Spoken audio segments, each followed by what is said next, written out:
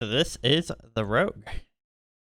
So earlier today, the rogue's sword was actually the size of his dagger, and it was half that size. So we had to fix that.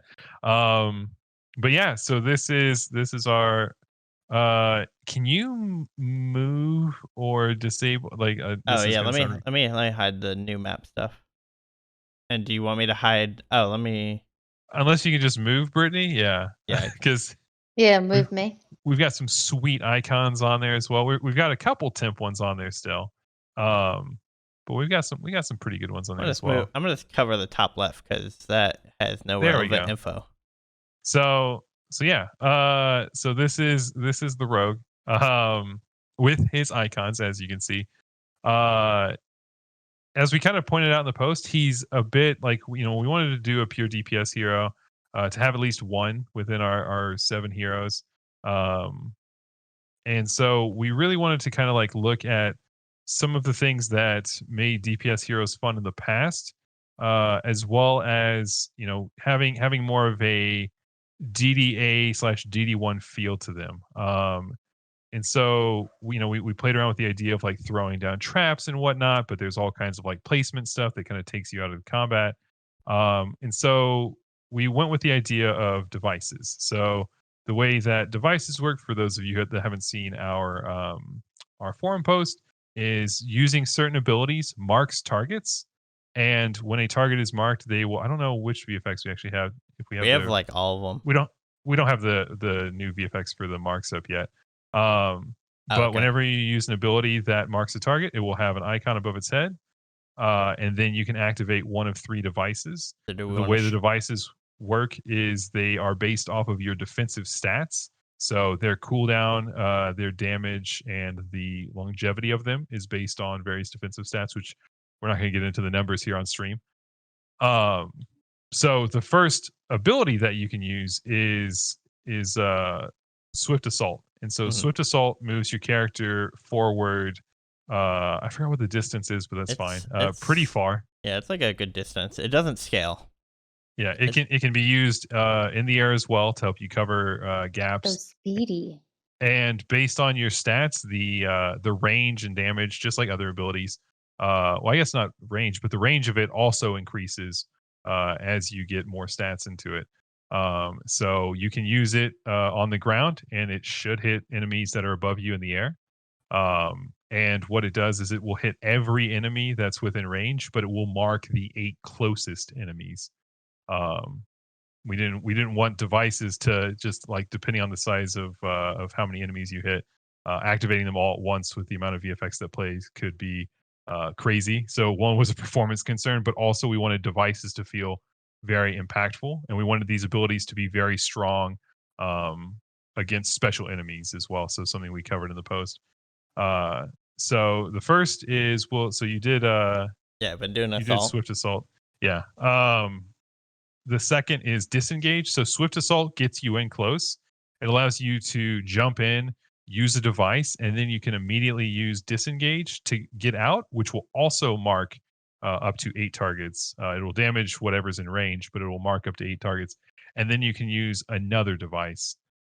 There's a lot of different ways to kind of play this hero. One is the get in, use a device, disengage, use a device, and then also take him down from afar. So the first device is the arcing device. It snares enemies, and then any attack that's made against that enemy will have additional lightning damage applied to it, as you can see with what Phil's showing. And I think, Phil, you've got no gear on right now, right? Yeah, I've got no gear. I have a like 20 in every stat just for the display purposes, but yeah, no gear. So these numbers are not by any means, like, I think we actually just greatly increased the strength of all these things just from our own testing. So the activation of these devices should feel very strong for their intended purpose. Their cooldowns will scale with their ability power, and devices, their cooldown will be scaled by defense rate, and then the normal abilities will be scaled by ability power. Yep.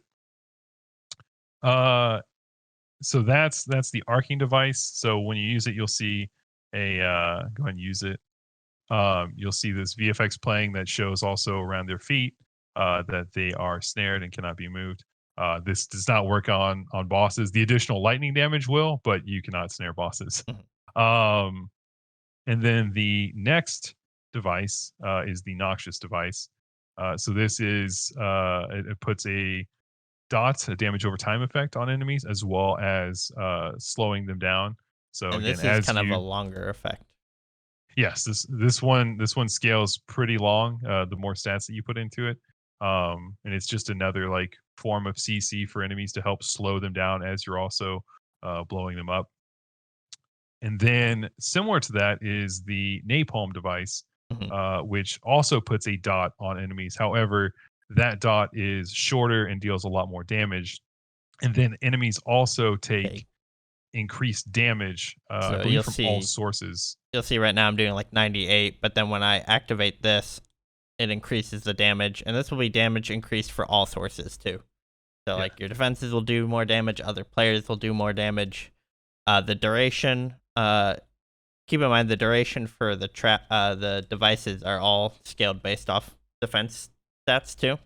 So like right now they seem kind of short, but they get increased as you get more. I believe it's defense. One of the maybe defense. I can't remember which stat it is off the top of my head. It's fine. You don't need to worry about it. Anyways, Yeah. uh so the whole point is like with a lot of these, you're able to either help stop a lane if something's starting to get a little overrun.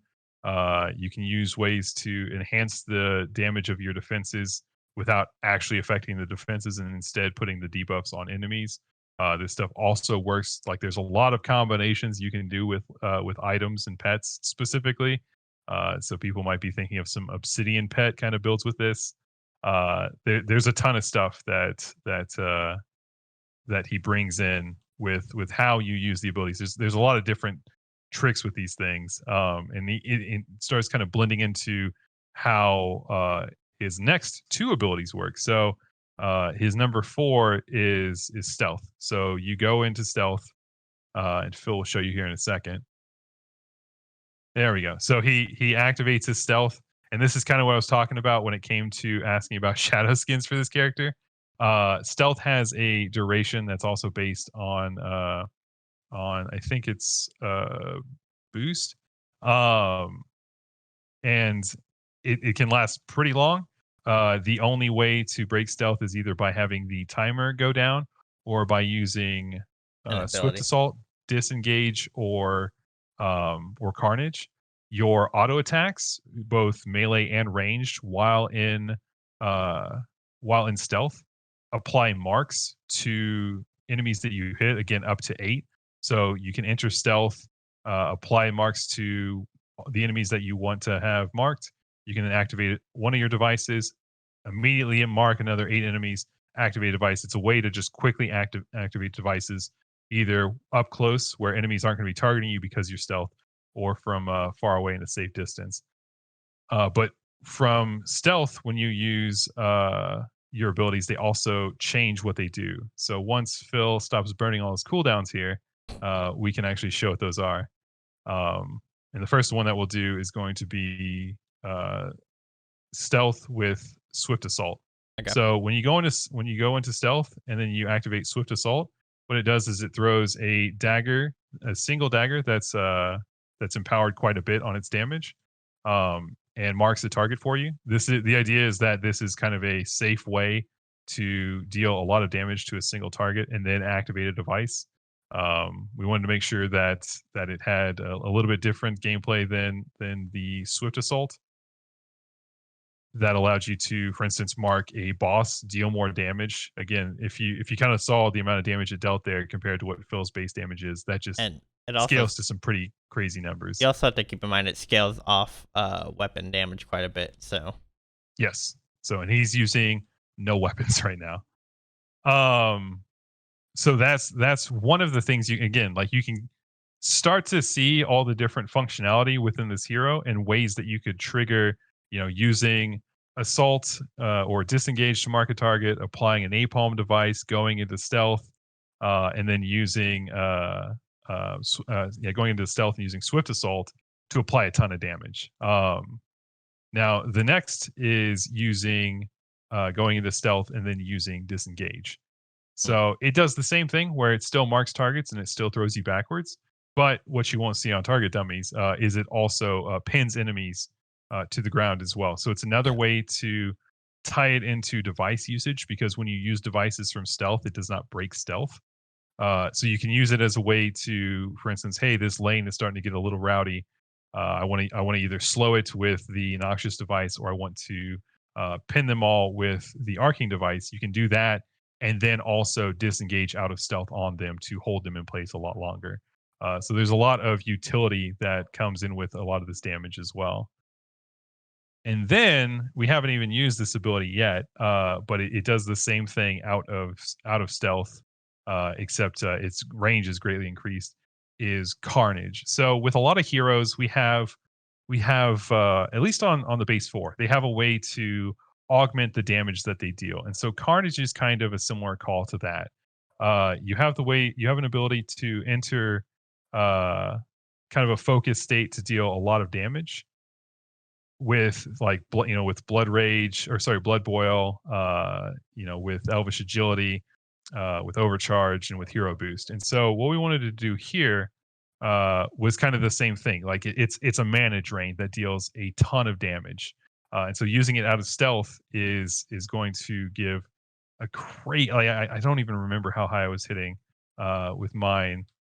It was millions and millions of damage. It was pretty insane. And so the range also gets increased out of stealth. So one of the things you can do again is doing things like using an obsidian pet, using napalm device to increase the damage that a target takes, breaking out of stealth by using Carnage, which you'll be able to be hit by enemies, so it won't be as safe as using something like assault or swift assault. But it'll deal a ton of AoE damage and just melt lanes. And So there's something to sorry. keep in mind is you can actually stack devices with other players. So if you get like your friends and you all do like napalm, they'll all stack together to deal more damage. So you can kind of combo with other rogues in the game if you're playing with friends that are also playing rogue. Oh yeah, you can do some crazy like nuke builds, Here's the ways to just stealth like wipe carnage out. where it has increased range. Yeah. So it gets pretty far. So there's a crazy amount to this hero where we wanted the abilities to really feel somewhat like defenses. So like one of the things that we removed from DDA that DD1 had was the ability to trigger huntress traps. And so when we were playing around with prototyping and kind of looking at this hero, that was one of the things we thought about was, he's from an ancient elvish society, maybe related to the huntress, who knows. But like there should be some kind of overlaps. And so with hers, it's traps that sit and wait for enemies to trigger them. For the rogue, it's a more active play style. You mark the enemies, you can combo certain things onto specific enemies, and you choose when they activate. And let's see here. Is this still? No, that's actually fixed. I was going to say we actually had some fun bugs that I wanted to show off, but yeah. So there's a ton with this hero that like we can't wait to see how people break a lot of boss fights and just start melting things for us to look at. But for our first DPS here, we want to make sure that he is incredibly strong and has a lot of utility outside of just Get all this damage. left clicking and right clicking.